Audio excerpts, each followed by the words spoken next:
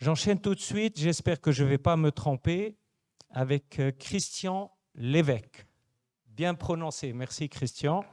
Christian est un expert international qui va nous parler au moment où le populisme est en train d'exploser.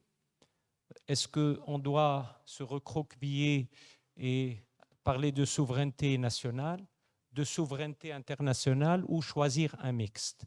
Donc tout de suite, je te cède la parole pour nous éclairer sur ce qui se passe un peu dans ce monde un peu fou. Merci. Merci beaucoup à tous. Un grand plaisir d'être parmi vous aujourd'hui.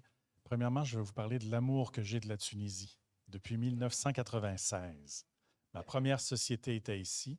Je suis canadien. Maintenant, je réside entre Dubaï et Tunis, où je développe ma société qui s'appelle Global Ethics. Quand j'ai connu la Tunisie, je l'ai connue en 1996, dans un moment où j'ai découvert aussi une autre notion, malheureusement, qui s'appelle la corruption. Et quand je suis retourné au Canada en 2002, je me suis aperçu qu'il y avait aussi de la corruption au Canada. Alors là, ça m'a donné beaucoup d'humilité parce que ça m'a fait comprendre que c'était quelque chose qu'on vivait partout et qu'on devait trouver des solutions pour. Alors à ce moment, je suis devenu président des chambres de commerce dans la région de Québec. Après, je suis devenu député à l'Assemblée nationale et là, j'ai fait une partie de ma vie de la prévention de la corruption, quelque chose d'important. Alors, j'ai créé avec les députés une commission d'enquête qui s'est appelée la commission Charbonneau et on a fait la lutte contre la corruption.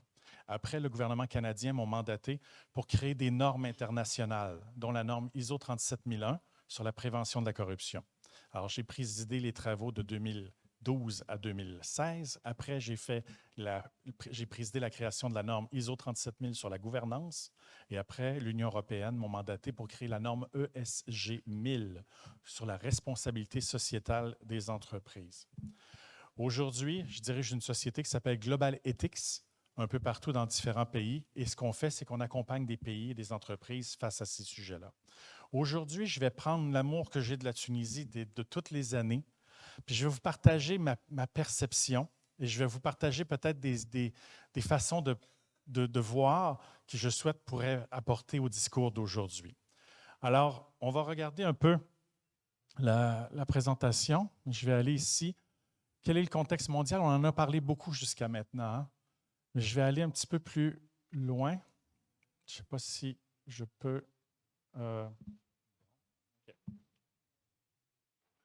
Alors, je vais voir si...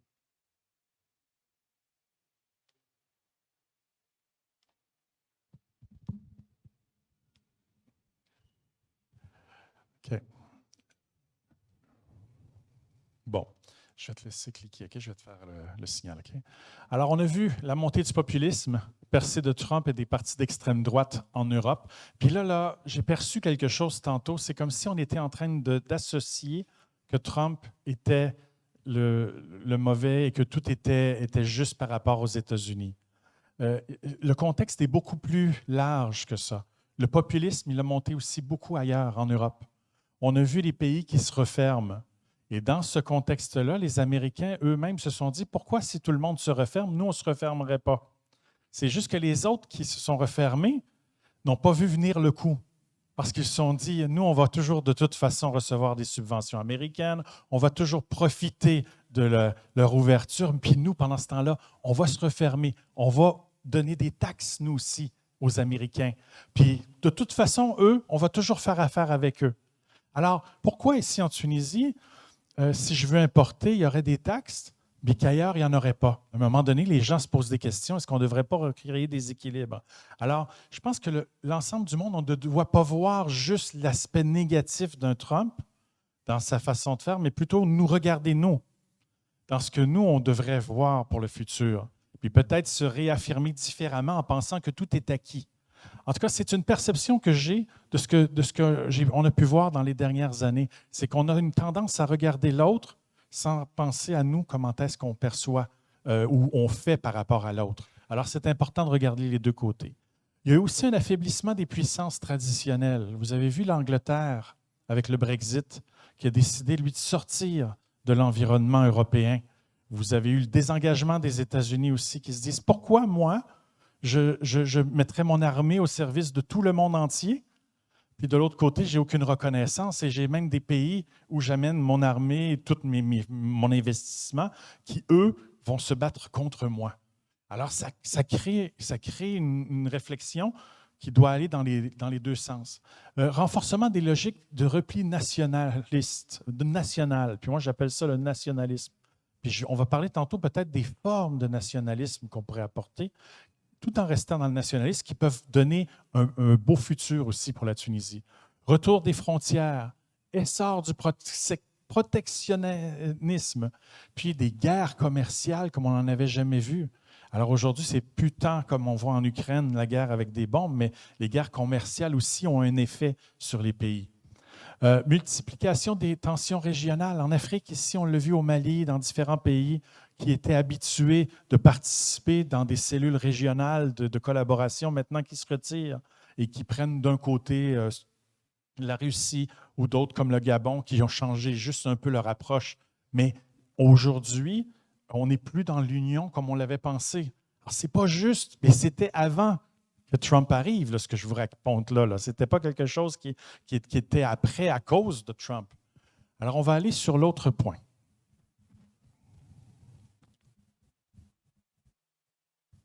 Alors, je vais vous parler aujourd'hui de nationalisme, parce qu'on comprend ici qu'en Tunisie, je sens cette notion, OK? On cherche un nationalisme, se mettre en valeur. Puis je vous en parlerai un petit peu plus tard dans ce que j'ai écrit sur la position, mais ça crée un repli qui est un peu identitaire. J'ai trois types de nationalistes que je vous présente là. Il y a un repli identitaire, affirmation nationaliste et conservatrice. On voit ça un peu en Hongrie, en Russie. Une ouverture stratégique, modernisation maîtrisée et attractivité économique, les Émirats, Singapour. Ces gens-là, ils ont changé leur modèle, mais les gens respectent leur culture, hein? Les gens respectent leur religion, les gens respectent ça, mais ils ont réussi à s'ouvrir sur l'ensemble du monde. Puis il y a la souveraineté ouverte, qui est un ancrage national combiné à une intégration internationale proactive. Vous avez le Maroc, vous avez la Finlande, vous avez le Canada. Vous savez que le Canada, aujourd'hui, là, on se pose beaucoup de questions. Parce que nous, on est dans une situation où on a un voisin qu'on voyait comme ami. On a toujours pensé que ce serait facile avec eux, qu'on n'aurait jamais de difficultés. Puis on était dans la même position que je vous ai raconté. On prenait pour acquis notre relation avec les États-Unis. Puis on ne donnait pas beaucoup en échange. Alors, dans ce contexte-là, on est obligé de se revoir, nous aussi, les Canadiens, sur notre approche par rapport aux États-Unis et par rapport au monde. Ça crée une belle ouverture pour l'Afrique et ça pourrait peut-être créer une belle ouverture aussi pour la Tunisie, parce que le Canada n'aura pas le choix de changer ses partenaires commerciaux. 76 % de toutes les exportations canadiennes vont vers les États-Unis. Je peux vous dire qu'aujourd'hui, il y a beaucoup de personnes qui ont de la difficulté à dormir par rapport au département d'aluminium, automobile et tout ça. Ça change complètement la dynamique internationale pour le Canada. On va aller voir. Alors, j'ai fait une petite analyse SWOT. Vous savez, quand on fait un plan d'affaires, on fait les forces, les faiblesses, les menaces et tout. Alors, j'ai fait une petite analyse SWOT sur la Tunisie. Là, j'ai pris un peu d'auteur. C'est très simple, mais ça va vous amener un peu le commentaire que je vais vous présenter par la suite. Allons-y sur la prochaine image, OK? Alors, les forces, position géostratégique incroyable. Moi, depuis 2016 que j'ai découvert le pays et j'ai dit « Wow! » Économiquement, culturellement, tout, vous êtes positionné autour de la Méditerranée, une ouverture sur l'Afrique, une ouverture sur l'Europe.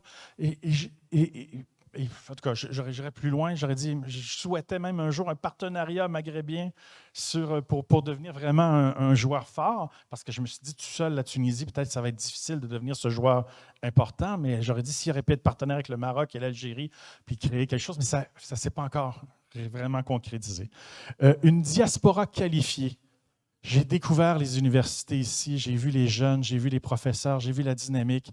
Wow! Les gens, ils partent de la Tunisie et ils sont qualifiés. Et si on pouvait travailler avec eux, on pourrait ramener beaucoup aussi. Mais les gens qui sont ici en Tunisie sont très bien formés. C'est une vie entrepreneuriale qui est dynamique aussi. J'ai vu beaucoup d'entrepreneurs, des jeunes qui travaillent fort pour développer. Les faiblesses, instabilité politique depuis 2011. Ça, c'est quand même, il faut quand même le dire. Une dette publique qui est assez élevée. Puis il y a une crise du système éducatif où vous allez former des médecins, puis ils vont tous aller travailler ailleurs. J'ai vu quelque chose qui est sorti la semaine passée ici, comme quoi que près de 70% des médecins vont travailler une fois qu'ils sont formés ici en Tunisie. Il y a quelque chose qu'il faut revoir entre la formation et les options de travail. Après ça, les threats, les fuites des talents, le chômage des jeunes, les tensions sociales, les opportunités de faire des partenariats avec l'Afrique et l'Europe, le développement du numérique, le tourisme durable. On parlait d'intelligence artificielle. Il y a Prestini que j'ai découvert à Sousse qui pourrait vraiment être mis en valeur. Il y a tellement de belles choses à faire. Puis je suis content de voir que vous êtes aussi dynamique, vous cherchez ces pistes de solutions-là. Il y a beaucoup d'opportunités pour le futur. Il ne faut surtout pas voir ça comme étant négatif. On va aller sur l'autre slide. Dans l'avion, je me suis écrit des notes. Okay? Je vais vous partager un peu ces notes. Oups. Okay.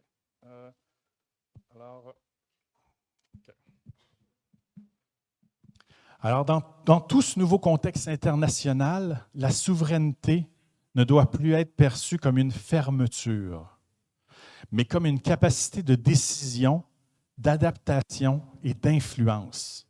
Aujourd'hui, je vous propose une déconstruction du concept traditionnel de souveraineté. Okay? Pendant longtemps, la souveraineté a été assimilée à l'idée d'un État fort, replié sur lui-même, contrôlant étroitement ses frontières, son économie et son identité culturelle. Or, dans un monde de plus en plus globalisé, cette vision devient non seulement obsolète, mais contre-productive. Et là, je vous parle de ma perception. Je vous le partage aujourd'hui. Vous pouvez adhérer ou pas. Je place lors de cette rencontre aujourd'hui pour votre réflexion. Aujourd'hui, la souveraineté moderne n'est pas synonyme de fermeture, mais de maîtrise stratégique. Les pays comme la Tunisie doivent développer la capacité de décision, pouvoir fixer ses propres priorités économiques, écologiques, sociales et technologiques sans dépendre entièrement de pressions extérieures. Il faut développer la capacité d'adaptation, être résilient face aux chocs exogènes, c'est-à-dire les crises économiques, les pandémies, les tensions géopolitiques, en diversifiant ses partenaires, ses ressources et ses leviers de développement. Il faut développer la capacité d'influence, avoir un poids dans les instances internationales, être perçu comme un partenaire fiable et un moteur de solutions à l'échelle régionale. La Tunisie, avec ses ressources limitées, n'a pas intérêt à se replier sur elle-même.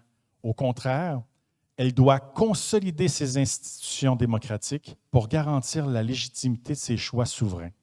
Continuer d'investir dans la montée en compétences de sa population, qui est son véritable capital stratégique.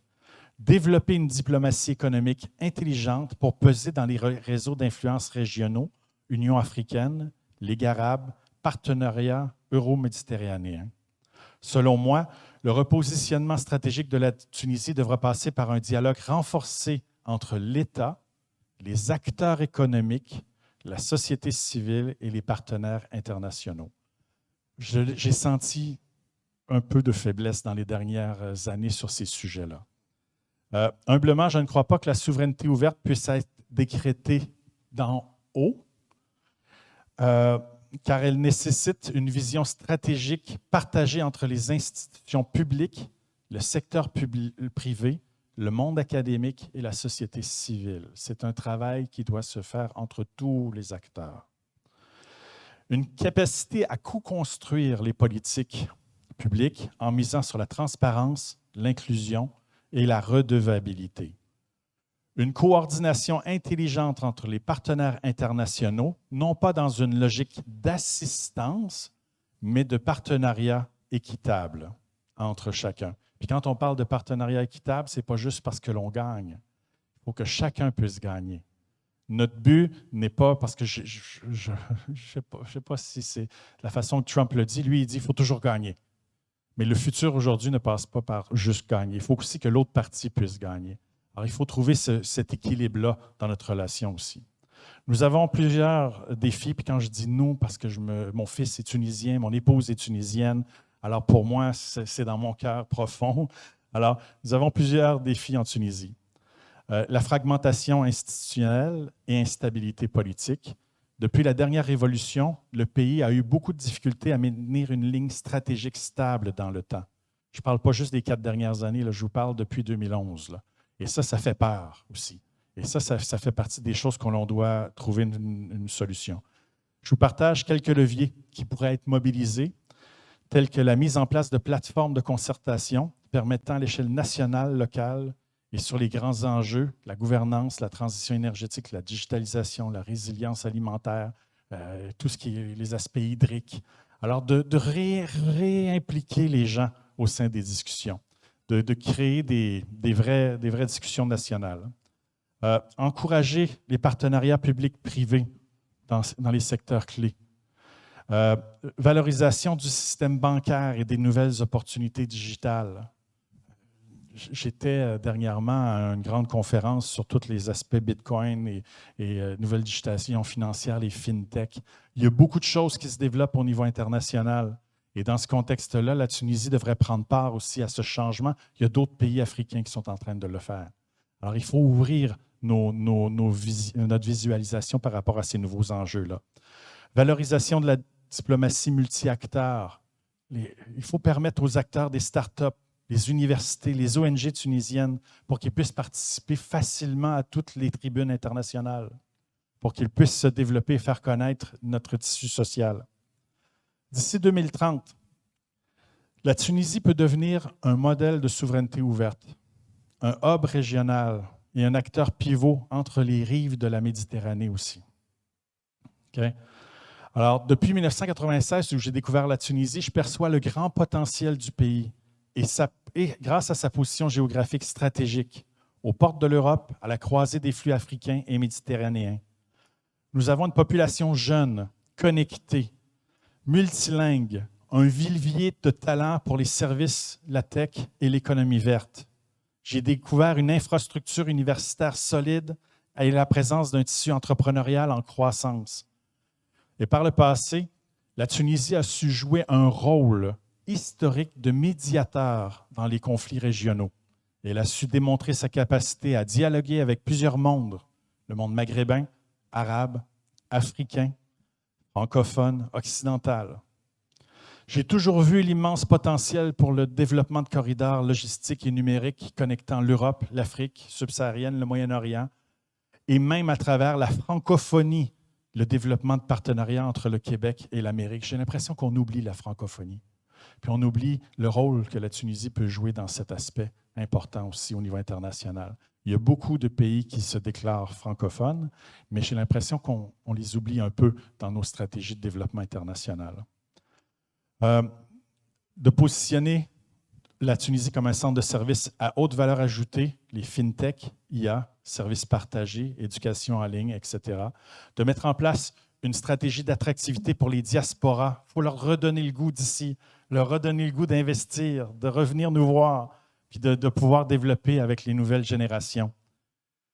Mon côté ancien politicien me fait beaucoup réfléchir à des pistes de solutions que je vous partage. Okay? Je vous donne un peu ma perception externe à tout ce que je vois.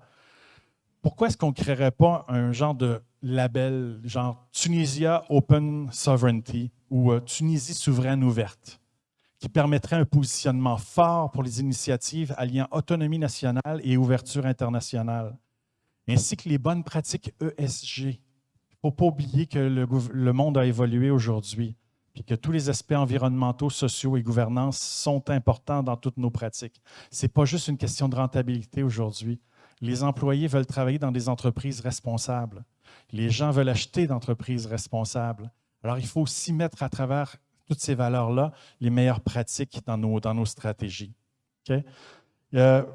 Bon, vous avez une stratégie 2030, j'en ai parlé tantôt, vous avez dit 2026-2030, qui est en ça, mais que vous puissiez à l'intérieur de ça ajouter les transitions ESG, transformation numérique, puis la diplomatie économique. Quand je disais la diplomatie économique, pas juste une diplomatie politique, mais que tous les acteurs puissent aussi parler de la Tunisie, je parle du monde de l'enseignement, et participer à tous les événements au niveau international.